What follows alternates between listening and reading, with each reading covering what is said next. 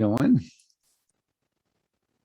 Well, folks, welcome to another edition of what's this podcast called? Calgary Living, Real Estate and Lifestyle. I'm your host, and my name is Bryon Howard. And today I have the fortuitous privilege, I believe, of having Allan Grant on the show. Allan was recently introduced to me by my old friend, Harold, and Allan has a business and is a Calgary liver, I guess. His business called Action Edge Business. Allan, welcome to the show. Looking forward to hearing a little bit about your Calgary life and Calgary living experience. Excellent. Yep. The company actually is called Action Edge Business Coaching. Right. So I'm a business coach by trade currently. Harold, I'm looking forward to it. Thanks for having me.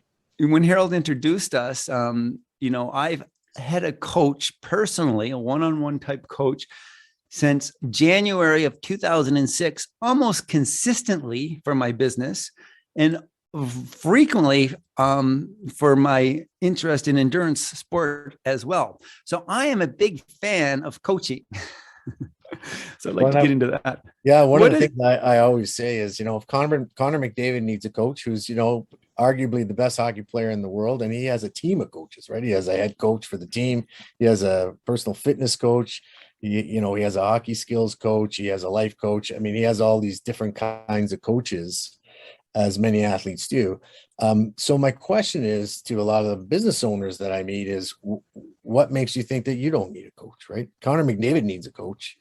That's what got him there. So if people are interested in becoming, a high achieving business owner, then coaching can certainly get you there. Certainly, I know that in the real estate industry, every top producer, highly productive agent has some sort of coach. Well, that's most of my experience anyway. And the few that I've met that don't, I'm just like blown away with their brains versus the rest of us that are able to do great things and great numbers and without a coach. Tell me, Allan, how did you happen to come to live in Calgary? I was actually transferred here through a corporation I was working for. So I just thought it was a great opportunity. My wife works in the film industry, so she thought it might be a great opportunity for her to come down here. And things generally are a little more active in Calgary than in Edmonton. So I was transferred here from Edmonton. I grew up in Edmonton. Okay. And so how many years have you been here? 5 years now. Oh, 5 years. So you came to Calgary, 2016-ish, I guess. Not Yes. A great time to move to Calgary, I think. And your wife coming from the film industry, I mean, in Edmonton, I was, when you said that, I was hoping she wasn't coming from Vancouver or Toronto or Los Angeles, because Calgary wouldn't be the place. But I suppose it's a step up from Edmonton, is it? Well, we met in Vancouver. I actually lived in Vancouver for about 15 years. She was working in the business in Vancouver. We had a family. My family was all still in Edmonton, so we decided to move to Edmonton, and we spent some time there. So yeah, now we're here. He's a little bit older. He's 11 now, so he's a little bit older, a little that's great. Self-reliant. That's great.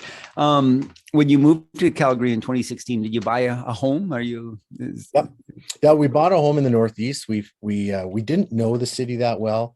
We really tried to find something that we didn't want to break the bank. We didn't know what Calgary was going to hold for us long term, so we really picked a fixer-upper in the Northeast, and it's done us really well. It's got great bones, just need a lot of cosmetic work. So that's we're working our way through that. What community in the Northeast? Taradale.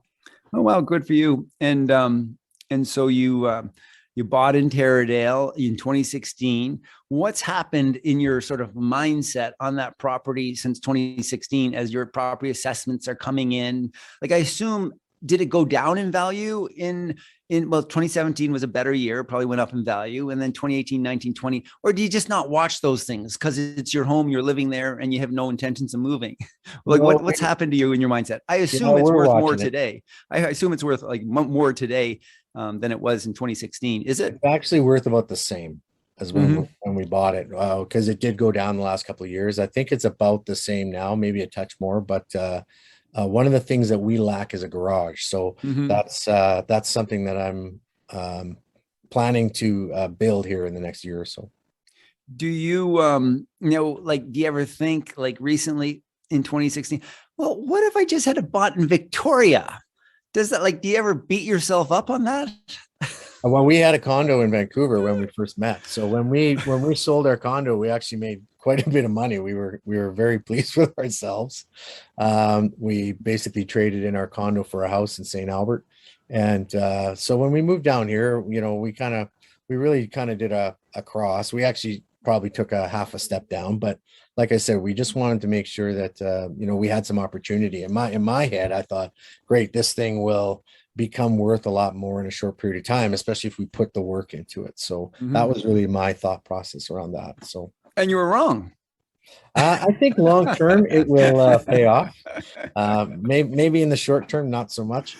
It's interesting. Nobody knew the pandemic was coming. Nobody could Mhm. have seen that coming. So it's absolutely probably thrown a wrench in a lot of people's plans. But at the same time, it's a comfortable home, so we're happy here. And in my podcast, like with frequent guests, I like to dig a little deep into sort of real estate decisions. And really, I kind of think there's a lot of luck involved, or bad luck. And as a young realtor, sort of investor, I used to think that I was maybe able to make smart decisions around location, because they say in real estate, location, location, location. But it's really my experience in Calgary since 2003. It's timing, timing, timing. Yeah. And it's hard to time it. The older I get, the more I believe that, the older I get, and I speak with colleagues like yourself and business owners and, just others that have either, well, for the most part, become wealthy.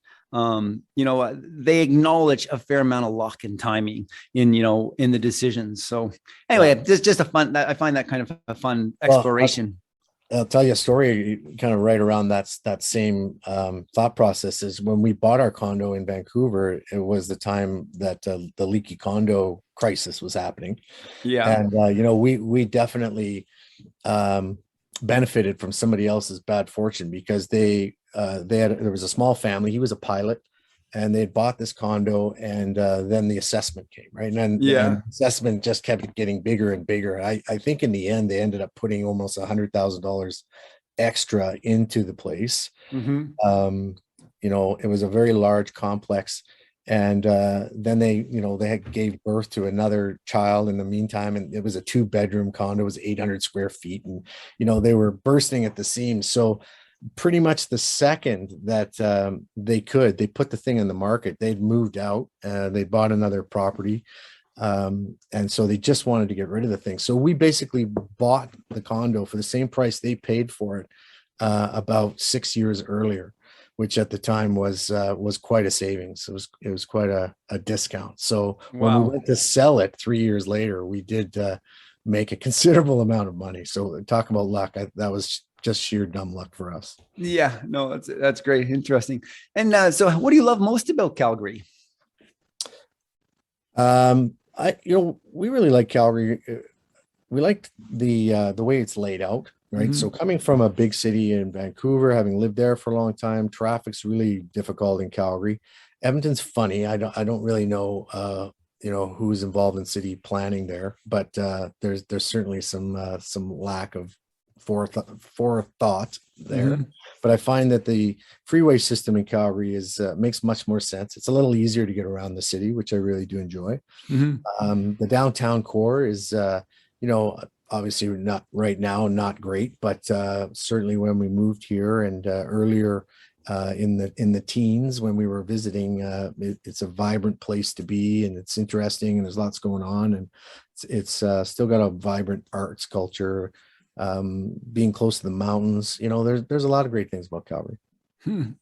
Cool. And what is it? What strikes you about Calgary? I mean, anything else to add to that? Like, I guess, well, in terms of maybe the freeways, but is there anything else that, like, kind of just strikes you about maybe mindset or something of Calgary? Well, I do find, so I'm just going to go back to the environment there for before I get into that. Cause I mean, having come from Vancouver, where there's, Stanley Park and that, really like that Bow River Valley walk that's through downtown. I mean, it's a beautiful little area, and you got Kensington, and there's some kind of cool artsy and, restaurants and things there. So, I mean, there's lots of cool things to do here, and there is a lot of park space in Calgary. But the frame of mind, it's funny because it's kind of in the middle between Edmonton and Vancouver. Vancouver's got we're the big guys on the block, and we don't really care about anybody else. And Edmonton, on the other hand, is extremely friendly and kind of really blue collar and easy to talk to people there. And Calgary lies somewhere in the middle. So you have a faction of the population that are really white collar, and a lot of head offices for a long time, oil industry and such. And then you still, you've got some people who are on the working class side as well. So it's a really nice mix of people here in Calgary. You were born in Alberta, in Edmonton, is that right? Correct. And so what about the boom bust economy of our province? Like, any thoughts? Like, what was your experience of that? And was your own family affected, like in the early 80s? Or, can you just talk to us a little bit about that? It's funny. My dad was a very conservative man, and he taught at NAIT, Northern Alberta Institute of Technology. He taught building construction, and he was, he didn't like spending money, but he and a couple of friends of his got together and they bought a bunch of properties in the early 80s. And, it took them a long time to the early 80s, like finally 82 with the crash. Yeah, no, it was like 81 and a half. Right. And they took a long time to really wrap their heads around it. And then they decided to take the plunge. And then 6 months later, the economy died. So he spent the next 3 or 4 years, working through these properties, and a couple of the guys that he was in there with kind of bailed on him, and he was just kind of waiting for the time that he could kind of make his money back, and then he got out.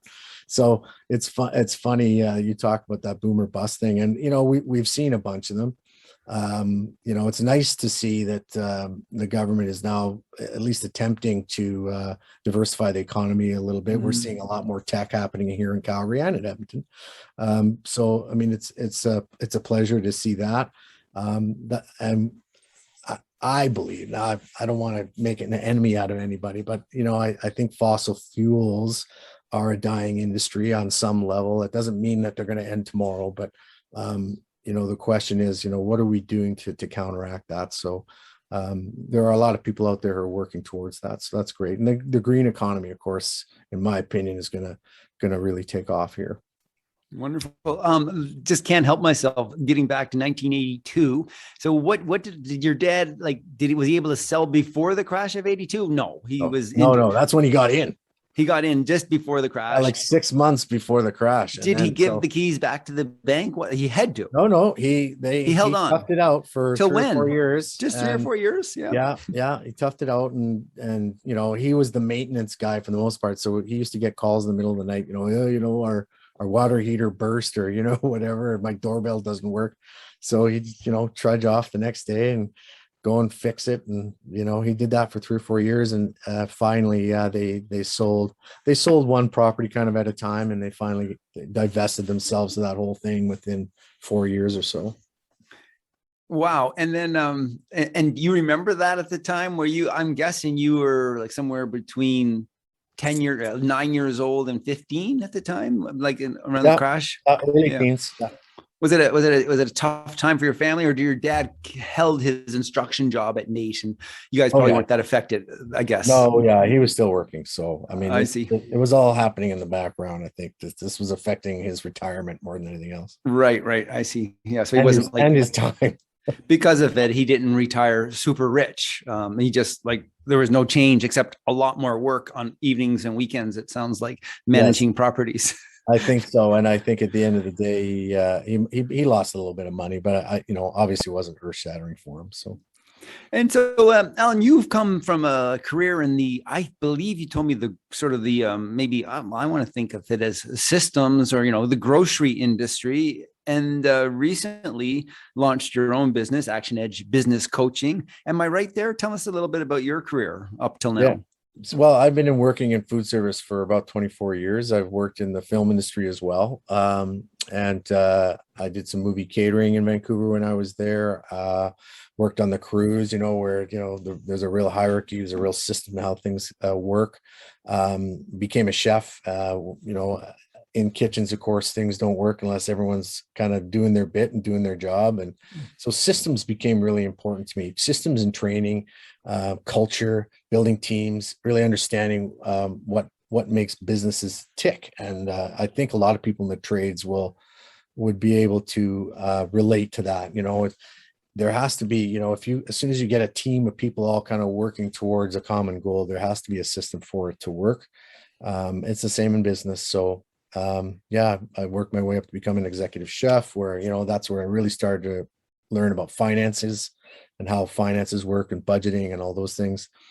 When I was doing my apprenticeship, I was working for an independent restaurant, and the chef told me at that time, he says, when I'm done with you, you're going to be as smart as a lawyer. And at the time I was really impressed by that, but it's true, and I would argue that, every business needs a little more food service, because there are so many things. It's very intense environment, and there's just so many things that need to happen for a food service organization to truly be successful. And I think if every business sort of understood some of those things a little bit better, we'd all be a little bit better off. Wow, that's great. So Action Edge Business Coaching, what is it that who's your ideal client? What is it, and how do you help, your clients? Well, first of all, it's not my business particularly. I partnered with Action Edge. They've been around for 14 years, here in Calgary, and they actually have been helping thousands of business owners throughout Alberta into BC, and we are talking about perhaps expanding throughout Alberta. So they're a very large organization. They're actually number one in the world.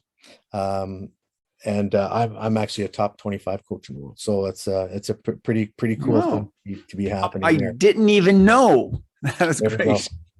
Now, having said that, the ideal client for me is somebody who is truly committed to success, and to their own personal development, and to has what we call a growth mindset.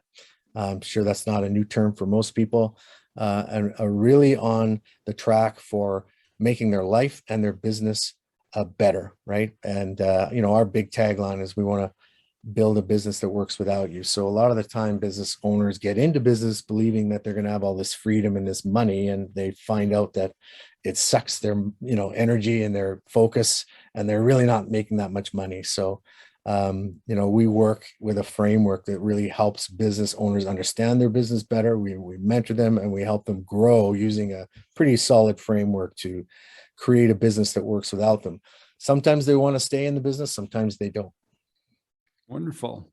And so Allan, I guess, I'm looking at our time here. We want to be conscious of our listeners' times. What is a couple of questions. What is the best way for people to reach out to you, to explore more or find you? I guess, are you on Instagram? And if you had a billboard, Allan, on the way to the airport, or on the way to the mountains, or on the way down to Turner Valley, what would the billboard say? The billboard for me would say, I help business owners achieve their best life and their vision. So that's my thing personally. I'm writing this down. I help business owners achieve their best life and vision. That's right. Oh, nice. I like it. And, that encompasses so many things, because, one of the first things I do when I start working with, businesses is, what's your 5-year plan? Where do you want your business to be in 5 years? And moreover, where do you want to be in 5 years? So once you kind of get a sense of where you want to be in 5 years and how much money you want to be making, or what your lifestyle looks like, then you can start to look at your business and say, what does my business need to be? Or what does it need to look like in order to provide me with that lifestyle? Right. And that's the start. So then, like an Olympic athlete who says, in 4 years, I want to be at the Olympics, and they work backwards. Well, I have to run this race, this race, this race, this race, and I have to achieve all these things. in order to get to the Olympics, in order to qualify. So it's the same for us, for business owners. If that's the business size or what the business needs to look like in order for you to have the lifestyle you want, let's reverse engineer it, and then we can start building towards it. Fantastic. So you can get a hold of me at actionedgebusinesscoaching.com is our website. And you can get a hold of me at Allan Grant at actionedgebusinesscoaching.com. I'm not on Instagram because I always tell people pick two things that you're really going to be committed to. So for me, it's Facebook and LinkedIn. Nice. Very good. And we will supply links in the show notes to those two. Perfect. Allan, thank you so much for coming on and being a guest on the show. It was really great to chat, learn more about you and your life in Calgary and Action Edge Business Coaching, your involvement there and your passion for helping others. Yeah, thank you very much. I appreciate the time and appreciate the opportunity. So, and look forward to listening to more of these podcasts as time goes on here and learning more about other Calgary citizens. Awesome. And this is Bryon, Howard, and Allan Grant out.